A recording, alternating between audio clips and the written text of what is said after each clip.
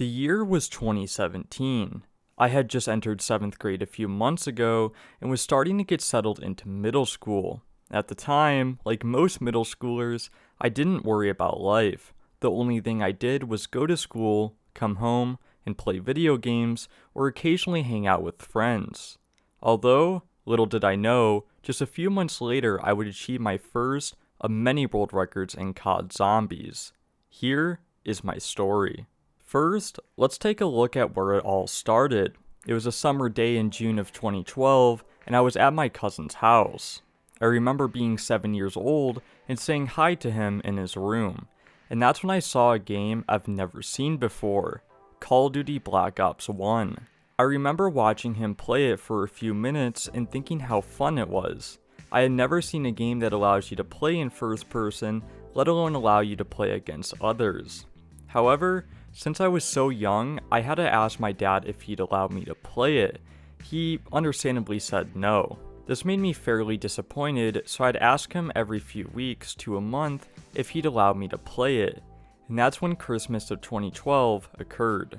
During those months leading up to Christmas, I asked for an Xbox 360, and that's when I finally got one. Unfortunately, when my dad helped me set up the Xbox, I got the red ring of death, so he had to return it and get a new Xbox 360. Once he drove me back home, my dad surprised me with the newest Call of Duty at the time, Black Ops 2. Although, my dad said I could only play the Zombies mode because I was now 8 years old. This didn't make much sense as Zombies is arguably more graphic than multiplayer. That's when my two cousins somehow convinced my dad to let me play multiplayer. After that, it was safe to say I was instantly hooked. Anytime I got the chance to play on my Xbox, I would always play multiplayer and would sometimes play up to 10 hours a day, which was a significant amount of hours played for a kid my age. Because of this, the playtime would unintentionally pay off. Because I enjoyed Black Ops 2 and played it an absurd amount, I would eventually get pretty good, achieving many relentless killstreak medals and occasionally being the best player in the lobby. As time went on, I would get bored of multiplayer due to the absurd amount of hours I played. This eventually led me to start playing Zombies more consistently in 2015, usually playing World at War or Black Ops 2 Zombies. As time went on, I would progressively get better, but was nowhere near the skill level as the world record holders. The best I could do was carry lobbies, but that was about it. I was still a casual. Luckily, that would change in April of 2017. A very popular Zombies YouTuber named The Smith Plays would start going for record attempts with his friends and had linked a website which contained all the world records for every game. This site was named Zombie Records. I knew there was a Zombies website which tracked all the world records a few months prior, as I watched a few world records from players such as IL Steve IL and Frenzy. Yet, I couldn't find the name of the website, so the fact that Smith Plays put it in the description was huge for me at the time. So I went to the site and started searching for records to beat. However, there was one problem. You see, naturally I've always been a competitive person. If I'm not in first place, I'm not satisfied with myself. This made it extremely unmotivating to go for records, as I've always wanted to be first, but knew my skill level was nowhere near capable of achieving records such as high rounds and speedruns. That's until I discovered the World at War leaderboards. At the time, World at War was one of the least played games for records and barely had any competition. It didn't help that Zombie Records added some fairly easy and unpopular categories such as no revive to World at War and other games. The way this category worked is 2 or more players would play a game out. However, if their partner went down, you could not revive them. Because of this, you would have to complete the round until your partner spawns in. Obviously, this category was very easy for anyone to play, and because it was a new category and was also on an unpopular game, it gave me and one player the perfect opportunity to start record grinding. This player was named Minecraft Vic 1. While searching for a map to do the no revive record on, we eventually set our eyes on Racroxx, arguably the most difficult map. This was great as it would be perfect practice for both of us. If I remember correctly, the record was round 21. We initially thought this record was going to be easy to beat, but we quickly realized it wasn't. So we started record grinding for a few hours every day. Eventually, we would get close to the record a few times, reaching around 18 and 19 on multiple occasions. But then, just a few days later, we would eventually beat the record by 1 to 2 rounds, making this my first ever world record, achieving it at just the age of 12 in May of 2017. Despite it being a very easy record to achieve, it brought a lot of good emotions and will result in me wanting to go for even more records. And that's when late 2017 rolled around. Because of how unpopular record attempts were for World at War, it was absurdly difficult to find players to do record attempts. That's when I met a person from World at War multiplayer. I won't name them for now, as I'll explain why later. Anyway, me and this other player would start grinding first rooms in late October to early November of 2017, eventually achieving multiple records, most notably the Doris 2-player first room world record. While going for these records, we would also meet 2 other players and go for high round records for Racroxx and Noctur and Toten, although there was one problem. One of the 2 players we met was using a 3-gun glitch on Racroxx, which is not allowed for record attempts.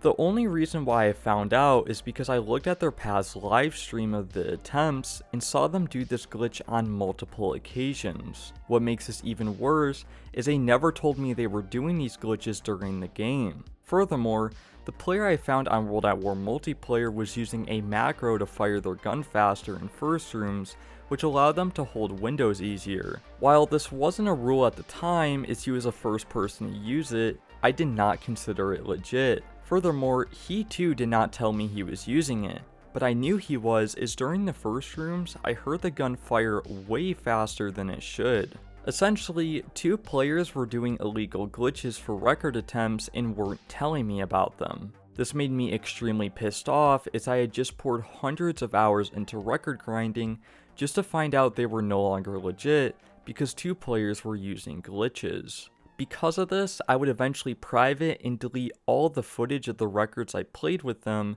so they could get removed off of zombie records. This, unsurprisingly, made me want to stop playing zombies and record grinding altogether. How could I be so naive to let 2 people I didn't know use glitches that weren't allowed for record attempts? I kept asking myself that and dwelled on it for literally months. Looking back at it now, I realize it was probably because they were young, and unfortunately, a lot of young zombie players have cheated in the past. This is why I won't say their names, as it's been nearly 6 years and have more than likely changed and matured as a person. For the time though, I was pissed and never wanted to talk to them again. On top of that, when it comes to playing co-op records, I would outright refuse to play them because of the trust issues I had gained. This is something I still deal with to this day, and is the main reason why I haven't gone for a co-op record in years. However, at the same time, I'm glad this happened to me. Because I no longer wanted to play co-ops, I would shift my focus to solo records for World at War, and that's when in July of 2018, I discovered the World at War Doris Round 50 speedrun. This world record was held by Dupree and achieved a time of 1 hour and 16 minutes. Very impressive for the time, especially considering Dupree was the only person to camp to round 50 in the Thompson room on World at War Doris. Despite this, I knew out of all the speedrun records, this is the one that had the most potential. At least, that's what I thought. I knew the record was difficult, yet I didn't fully understand just how good of a player you had to be able to camp in the Thompson room up until round 50, let alone be able to get the record. If I wanted to have a chance at beating Dupree, I would have to put a significant amount of time into this map, and that's exactly what I did. Throughout the entirety of July, I practiced camping in the Thompson room without going down. At the start, it was insanely difficult as I'd only get to the late round 30s to early 40s most of the time. But by the end of July, I had managed to achieve a time of 1 hour and 19 minutes, just 3 seconds off the record. That's when August rolled around. I was consistently getting high 40s and occasionally a few 50s, but I simply could not beat my time. I was in second place, which was good, but it wasn't a record. I wasn't getting lucky enough, or I just simply needed to play better. Then, mid-August came around. I would launch up a game that would change my speedrunning career as a whole. Throughout the game, I'd get relatively good RNG and play to the best of my ability, which allowed me to achieve a time of 1 hour and 14 minutes, 2 minutes faster than Dupree. It was a new record. At just the age of 14, I had achieved my first ever solo world record, although I wasn't done just yet. Throughout the next few months leading into 2019, I would lower the record by another 2 minutes by achieving a time of 1 hour and 12 minutes, then a 1 hour and 10 minute to 50, and eventually the first ever sub 1 hour and 10 minute to round 50 on World at War Doris, achieving a time of 1 hour and 9 minutes. I was on a roll and wanting to continue going, and that's exactly what I did. While lowering the Doris 50 speedrun, I would also focus on the Doris 30 speedrun in other speedruns as well, such as the Shinonuma round 30 and Nocturne Tone round 30 speedrun, eventually achieving world records in these categories. This was huge for me as just a few months prior I was struggling to get one speedrun record on one map. Now, I could get multiple speedrun records on different maps, which shows just how much I was able to improve in just a short period of time. Unfortunately, these speedruns would get boring for me. After the 30 speedrun records, I would put my focus towards the Doris high round, which was 142. On paper, this sounds fairly easy to beat considering how low the record was, but that was far from the truth. World at War Doris is one of the most unforgiving maps in COD Zombies history. It will do everything in its power to make sure you don't get a high round from bad zombie spawns, to infinite dog rounds, etc. Furthermore, I was playing on PC, which at the time could only be played on Steam or other third-party sites. This is important to note as record attempts would last only half as long compared to console due to the reset. Also, I did not own an Elgato yet for my Xbox 360, so I was forced to play on the same version as the world record holder. This gave me an even playing field and would force me to try and play faster than him if I wanted to have a chance to break the 142 record.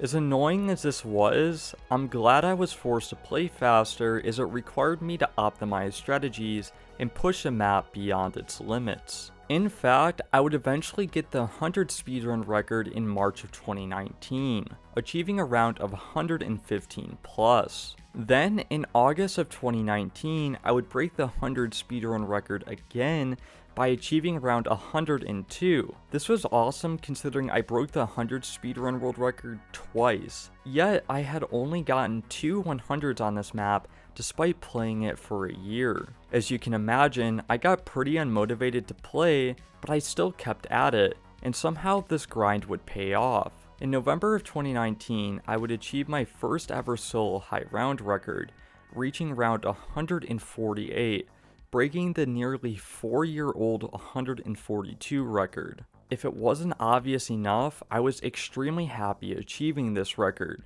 In fact, during this game, I said if I wasn't going to achieve it, it would be the last time I would go for the record. Luckily, it was the game and I managed to get it. However, since my goal was to achieve the Doris record, I was kind of lost. I didn't know what other records to go for. This prompted me to take a small break from zombies and focus on school and other activities, as I was only 15 years old at the time. It wasn't until December when I decided to do some restarts on World at War Shinonuma in an attempt to break my personal best, which was round 932. I should note, this round 932 game was the Shinonuma no Jug world record back in November of 2018. Though, I couldn't beat this personal best for the life of me, even with Juggernog. Furthermore, it didn't help that I was playing on an Xbox One. The main issue with the Xbox One is it would emulate old COD such as World at War. Because of this, the emulated versions were extremely unoptimized. It would cause most games to freeze after 6 hours of playtime, which is what happened to me. This forced me to get a capture card, as the only way for me to beat my personal best was on the Xbox 360.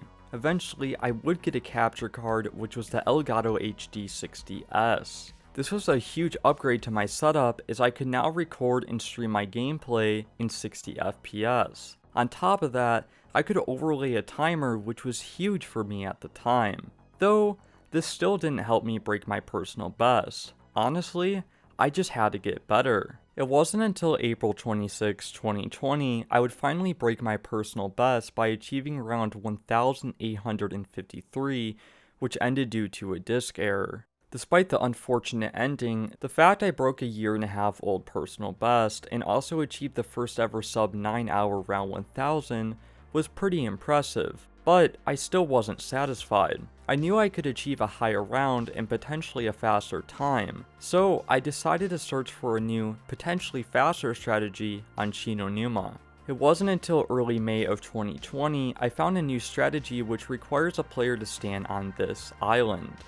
Once a player stands on it, the zombies will only spawn in the swamps surrounding the island, as well as one window in the main hut of Shinonuma. This was roughly 2 to 3 seconds faster than a normal high round strategy used for world record runs, and also allowed players to have longer games as they were not using traps such as a flogger. I had struck gold. Instead of round 10,000 being possible, you can now reach around 11,000 or potentially 12,000 with this new strategy. Due to this, I would do many attempts to try and achieve the highest round in zombies, but there was one problem. You see, the strategy was so fast, it literally broke the game. After playing a certain speed for roughly 13 to 17 hours, the game would crash. At the time, I didn't know this, so I theorized everything I could to prevent it. I played games without throwing grenades, or shooting the Wonder Waff in the water, etc. No matter what I did, it would result in a crash. It wasn't until 2 weeks after these tests, me and a player named Racroxx theorized I was crashing because I was playing too fast. So I decided to switch to the record strategy and not use a flogger to see what happened.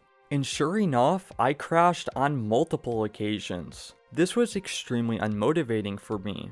At the time, I had put in hundreds of hours within the past month and a half, and every single game resulted in a crash. To be fair, I did achieve a new personal best of around 2,558, but I still wasn't satisfied. I had potential to break the world record, yet I couldn't because the game was limiting me from achieving it. So, roughly a week after my 16th birthday, I would do the world record strategy, using the flogger and everything to prevent crashing as much as I could. Well, let's just say it paid off. I achieved the world record as well as the first round 10,000 in zombies. I was in shock. I had quadrupled my personal best and achieved the first 5-digit round at just the age of 16. This was a record that would forever define me. Unsurprisingly, I would take a short break after this record. It wasn't until early August I would go back to grinding Derice and attempt to push my record higher. Unfortunately, I wouldn't. In fact, I didn't even achieve round 100 for the next month and a half. This caused me to get bored. So, in late September of 2020, I would launch up some World at War Nocturne Toten for fun. And let's just say, it didn't go exactly as planned. Within my first restart, I got a game going and achieved the round 100 speedrun world record. This forced me to continue playing, which is what I did. Then, just 17 hours later, I achieved the round 1000 speedrun record. This was starting to get ridiculous. I never intended on getting into a game, and I achieved 2 world records within the first restart. Even if the game ended right here, it still would be extremely impressive. But instead of the game ending, it continued. As time went on, I eventually beat the high round record, which was round 2,511 at the time, making this the 3rd world record of the game and the first time someone held 3 out of 4 of the sole high round records in World at War. However, just like earlier, the game would not end. It wasn't until 45 hours later the game would end on round 5,262, doubling the previous record and quadrupling my personal best. Nearly 3 years later, this still remains the greatest zombies game I've played. Since I held 3 out of 4 of the sole high round records, I would set my eyes on Racroxx, the last record I needed to achieve complete domination. Though this was easier said than done. Racroxx was notoriously difficult, and just a few months prior, a player named Abu Sharif achieved round 1817, which pushed the previous record by over 400 rounds. If I wanted to break the record, I would need to survive nearly 25 hours on one of the most difficult zombie maps, so I would need to get very lucky to beat it, and I did. Within just 2 weeks of grinding, I managed to break the Racroxx world record by achieving round 2172, making this the first round 2000 on the map and the first time someone achieved 4 out of 4 solo high round records for World at War. Understandably, I kind of stopped going for records after this. I already held most of the solo speedruns, and since I held 4 out of 4, there wasn't really a point for me to continue playing unless I was extremely motivated. So I decided to play a lot of Black Ops 1.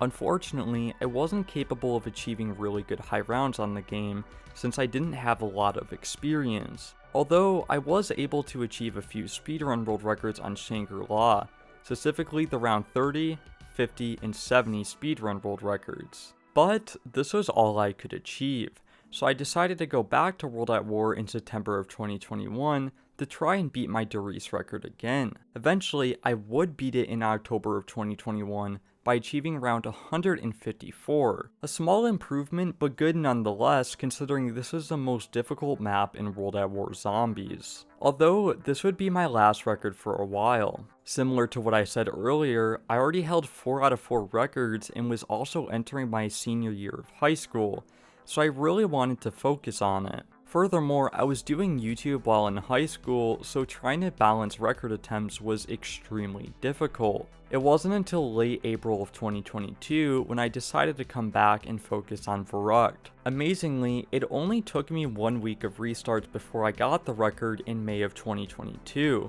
and I beat my previous record by achieving around 3,365, making this the first time someone had broken the previous Racroxx record by over 1,000 rounds. If it wasn't obvious enough, I was pretty satisfied with this record. I made the Racroxx record more difficult to break, and it was also the last record I achieved in high school, as just 3 weeks later, I would graduate. This put me in an interesting position. After high school, I wasn't sure how to feel or what to do.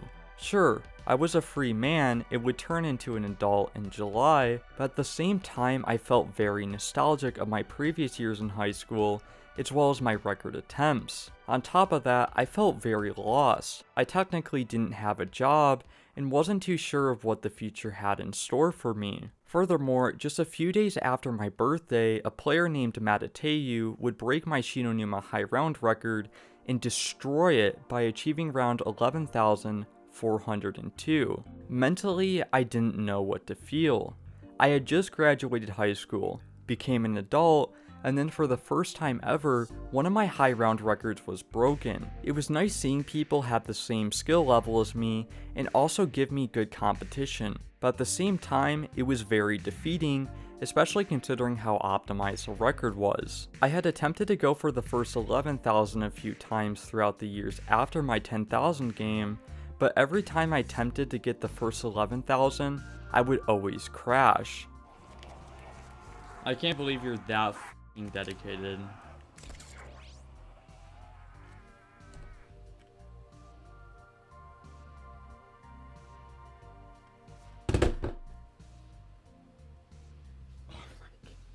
Nonetheless, my record being broken did give me some motivation to get it back, but it wasn't super easy. Within the span of 2 weeks, I would crash on round 7,515 and round 5,765, a combined total of 122 hours. I had spent nearly 9 hours every day just to crash twice. Some might argue it was a complete waste of time, and I agree, but I still kept moving forward. I knew eventually I would break the record no matter how long it took. Then, in late July of 2022, I would launch a game. At first, it felt like any typical game. It was on similar pace compared to the previous runs, but I would use a flogger on round 1000. This helped prevent crashing, yet there was still a high chance I could crash, especially considering the pace I needed to play at to beat the record. Fortunately, throughout the game, this didn't happen, until I made a big mistake on round 5739.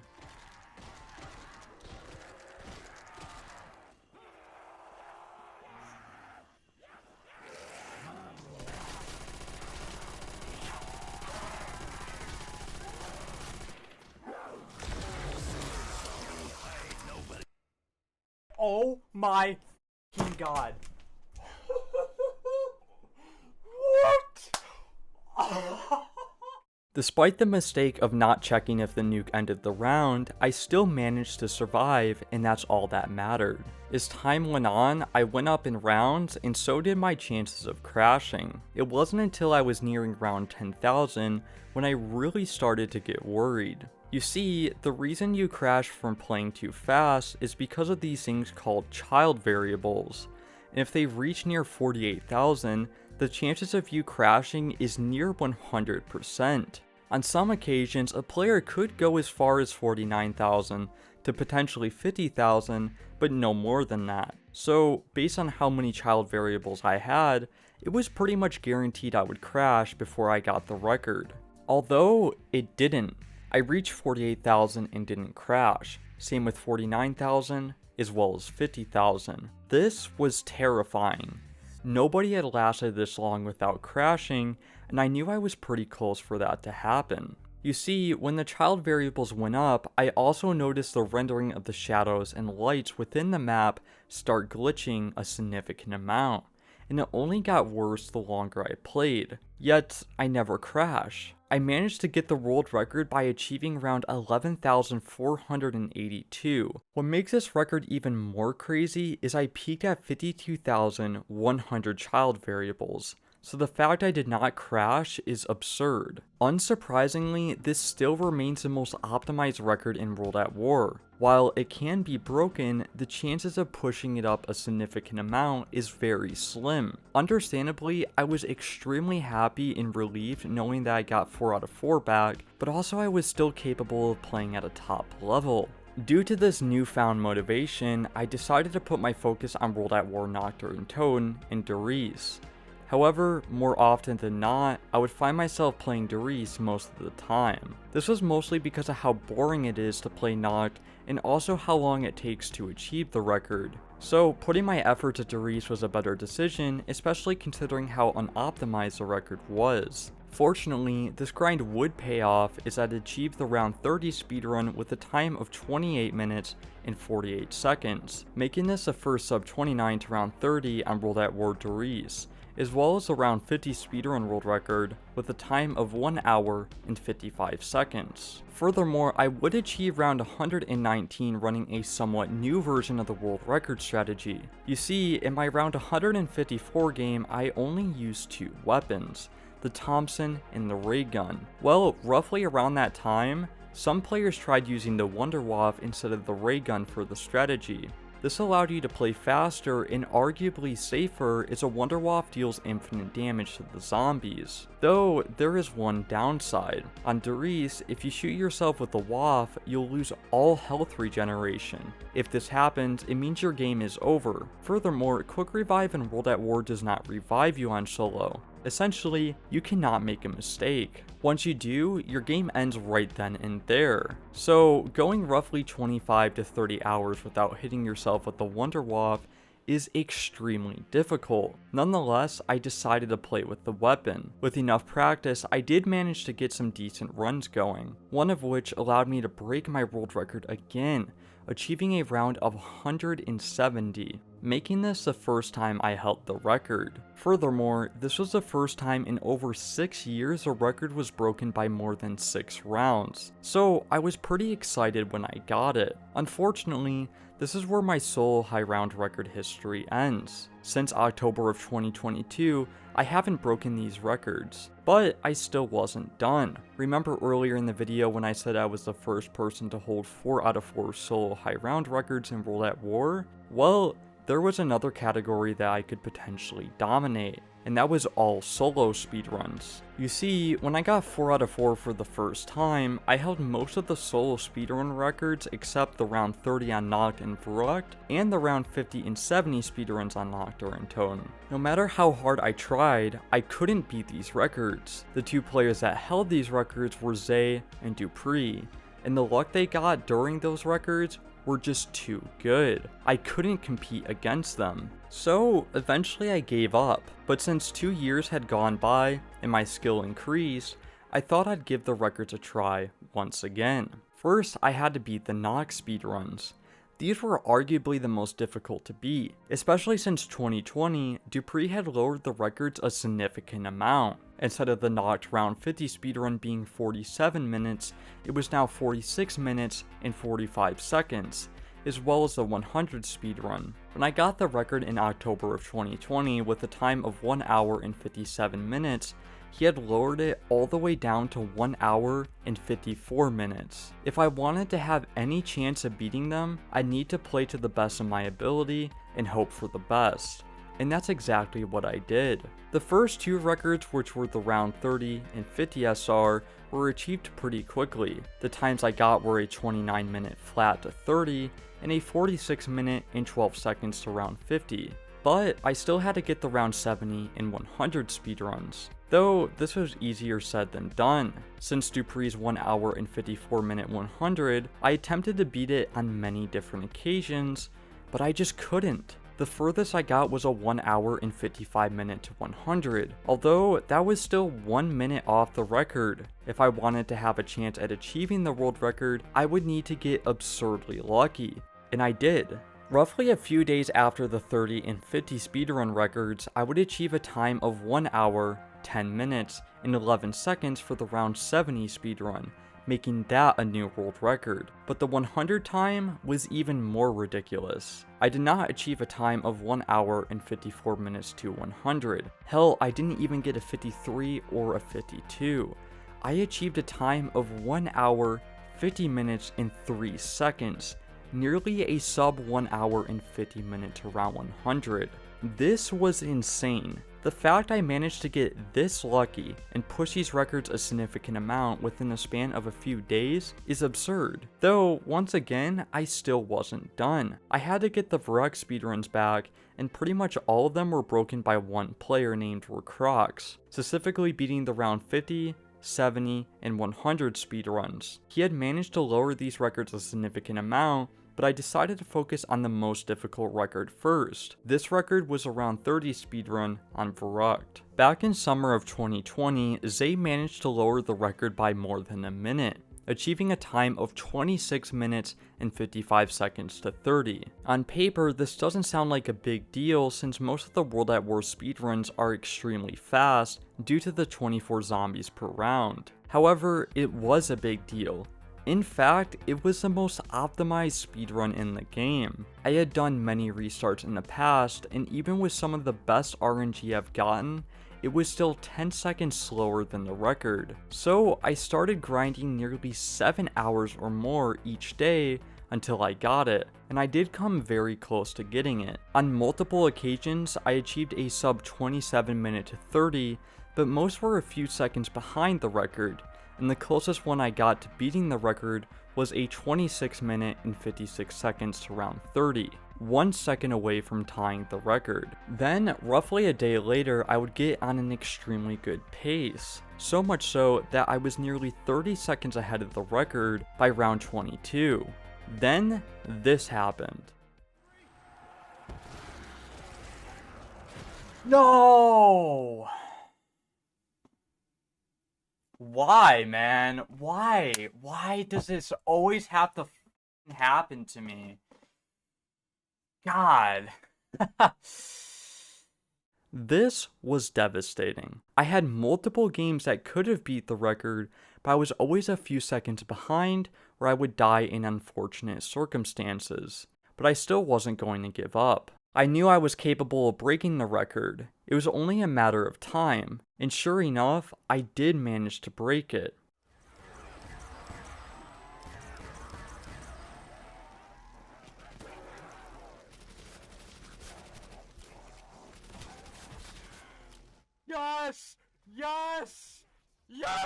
Yes! Oh my fucking god! Yes!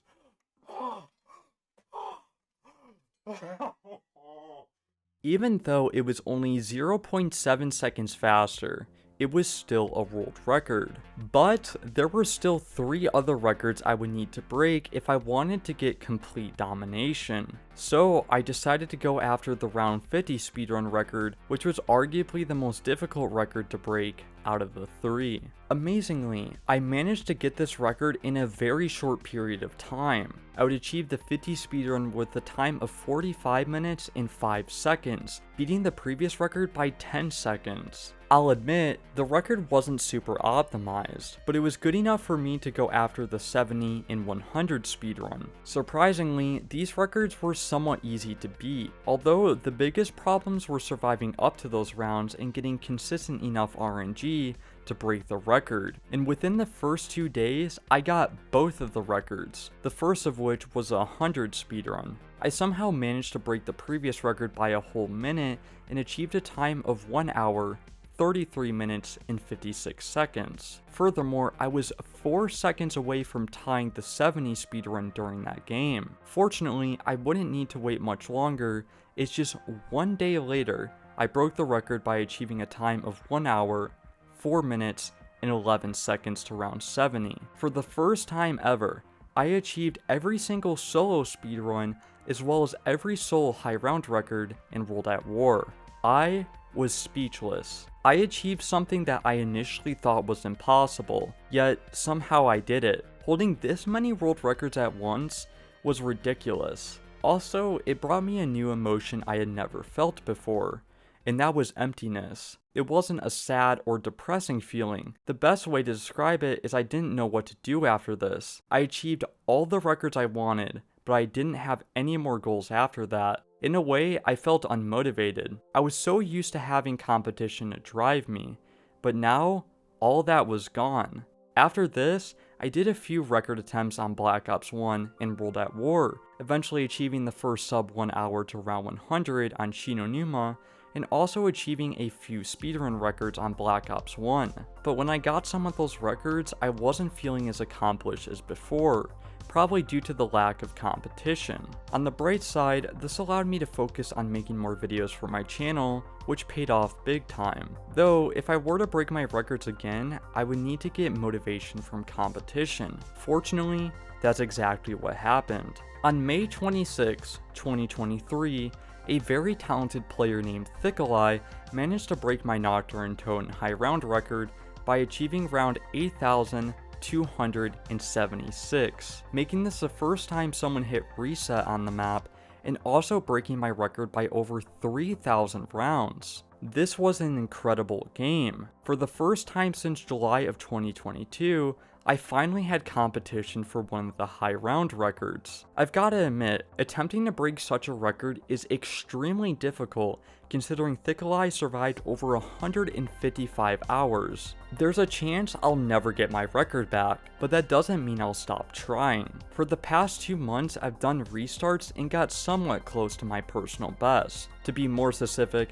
I had 2 games that made it to round 2063, as well as a round 2765 down. So, if you're interested, I would highly suggest subscribing and stopping by one of my live streams, which are streamed on this channel. On top of that, I would recommend you check out the description and subscribe to Thickeleye, as well as all the other players that gave me competition throughout the years. Now that I think about it, it's honestly incredible to see how far I've made it in the past 6.5 years. Even though the first record I got was pretty terrible, the fact I achieved it when I was 12 and eventually led me down a path of achieving some of the most difficult records in zombies is amazing, and I don't plan on stopping. Other than that, thanks for listening to my story, and thank you for watching.